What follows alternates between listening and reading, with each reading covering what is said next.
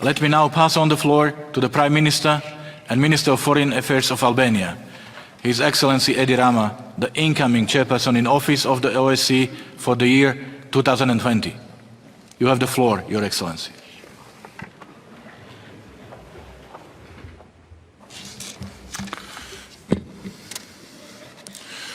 Isn't it really amazing? Albania will formally take on 1st of January the chairmanship of OSCE, exactly 45 years after its foundation. And guess what? 45 years ago, Albania, through the voice of its communist dictator, Enver Hoxha, was the only European state to not only refuse to be part of the OSCE, but also to denounce its birth as follows.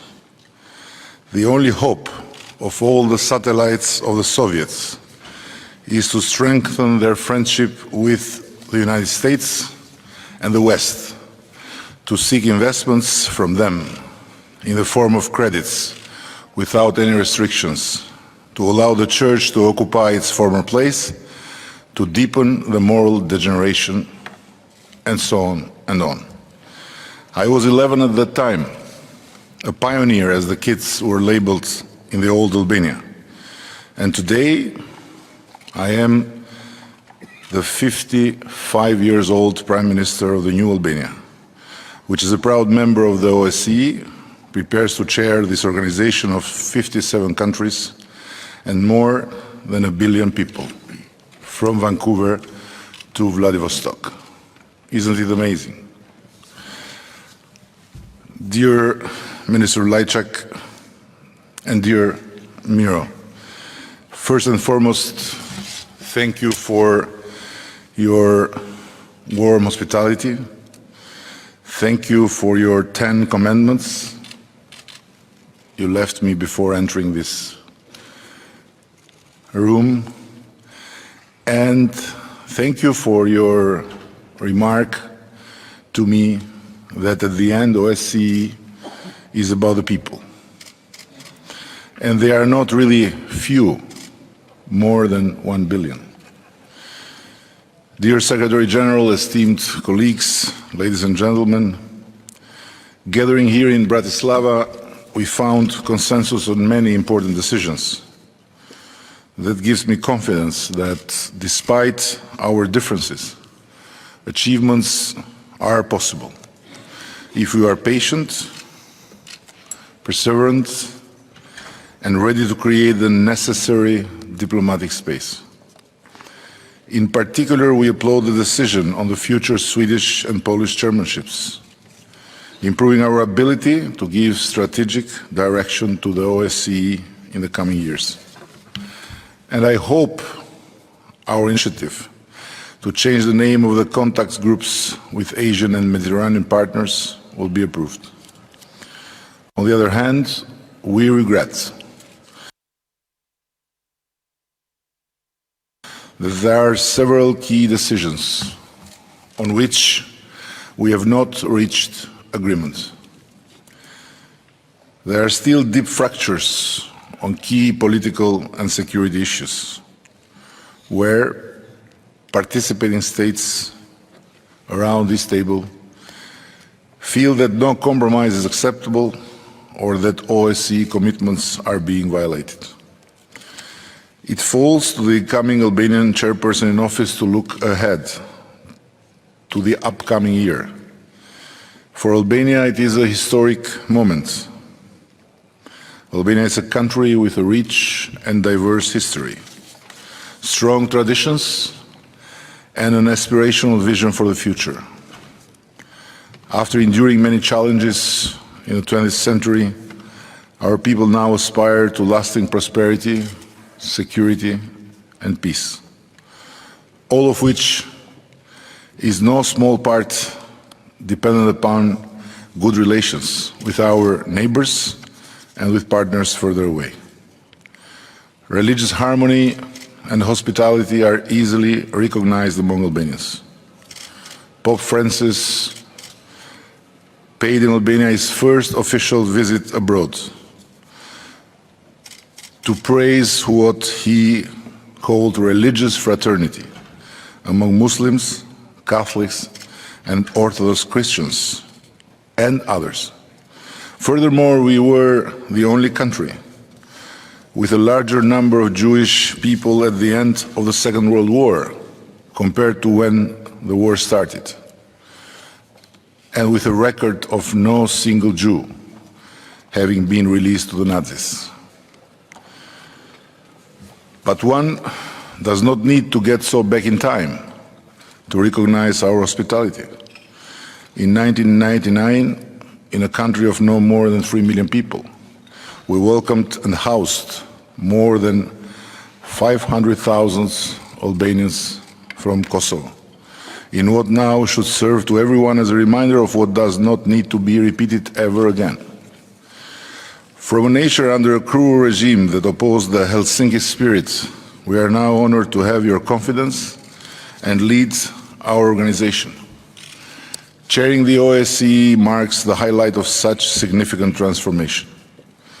Our vision for the Albanian chairmanship in 2020 is guided by 3 important standpoints.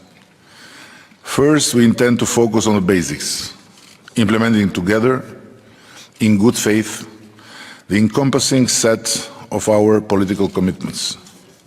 This is essentially for the credibility of the OSCE as the largest regional security organization, and for all of us, its participating states.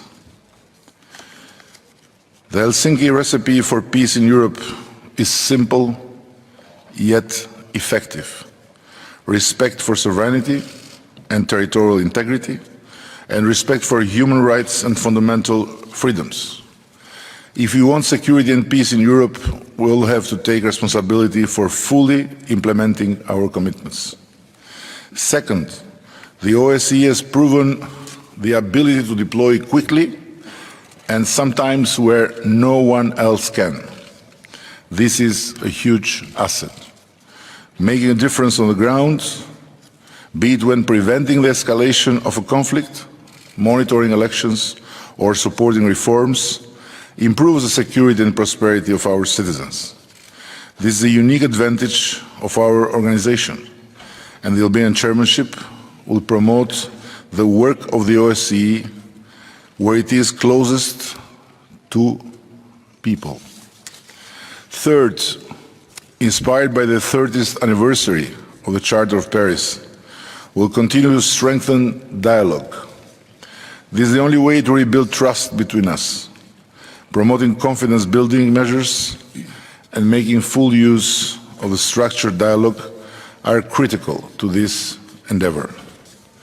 Our detailed program of priorities for 2020 will be distributed at the start of the year. But I would like to take this opportunity to mention some key issues that will feature in our agenda. The crisis in and around Ukraine remains the most pressing security challenge in Europe.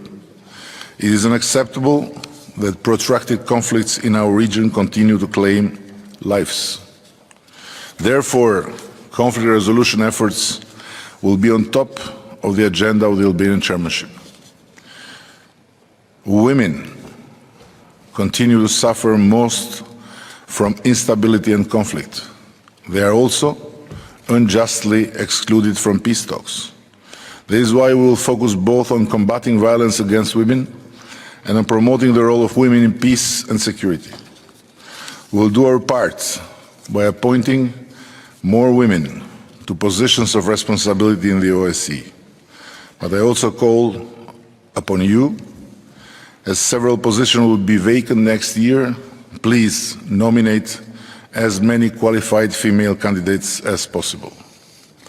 On this topic, we are proud to bring here a positive legacy. As a country which is ranking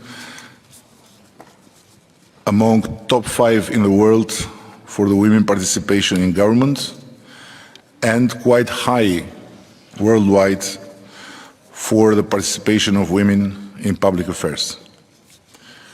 Corruption erodes the fundaments of our democracies and has an adverse impact on the prosperity and security of our region, along with other transnational threats, of course.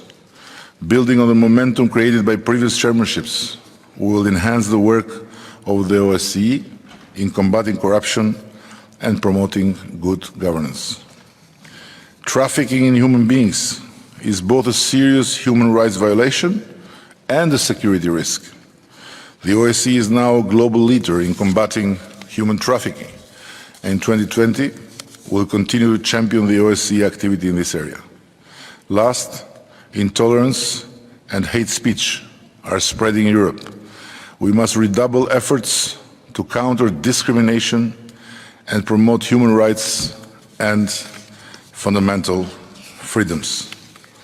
Both anti-Semitism and anti-Muslim behavior and attitudes are, in our view, totally unacceptable, and we have and should fight them together. I believe we have crafted a realistic and balanced program, informed by extensive consultation with capitals and in Vienna. Throughout next year, Albania will be an open and inclusive chair. I want to guarantee you that the voices of each participating state will be heard with respect and that decisions will be taken in a fully transparent manner. Still, a chair cannot successfully steer the OSCE if there is no political will to compromise. If our mindset is that joining consensus is not possible until concessions have been extracted, if we only bring red lines to the negotiating table, what I ask from you is to engage constructively in the life of our organization, to bring flexibility and an open mind, and to not possibly forget. It's all about people, our people. We have a shared responsibility towards the OSCE. Let us ensure its functionality, and let us start by adopting a timely and balanced budget by the end of this year. We will build upon the achievements and experience of the previous chairmanships, and together with the expertise of our partners, we will make the next year, I'm sure, a success. Our success will be the success of the 57.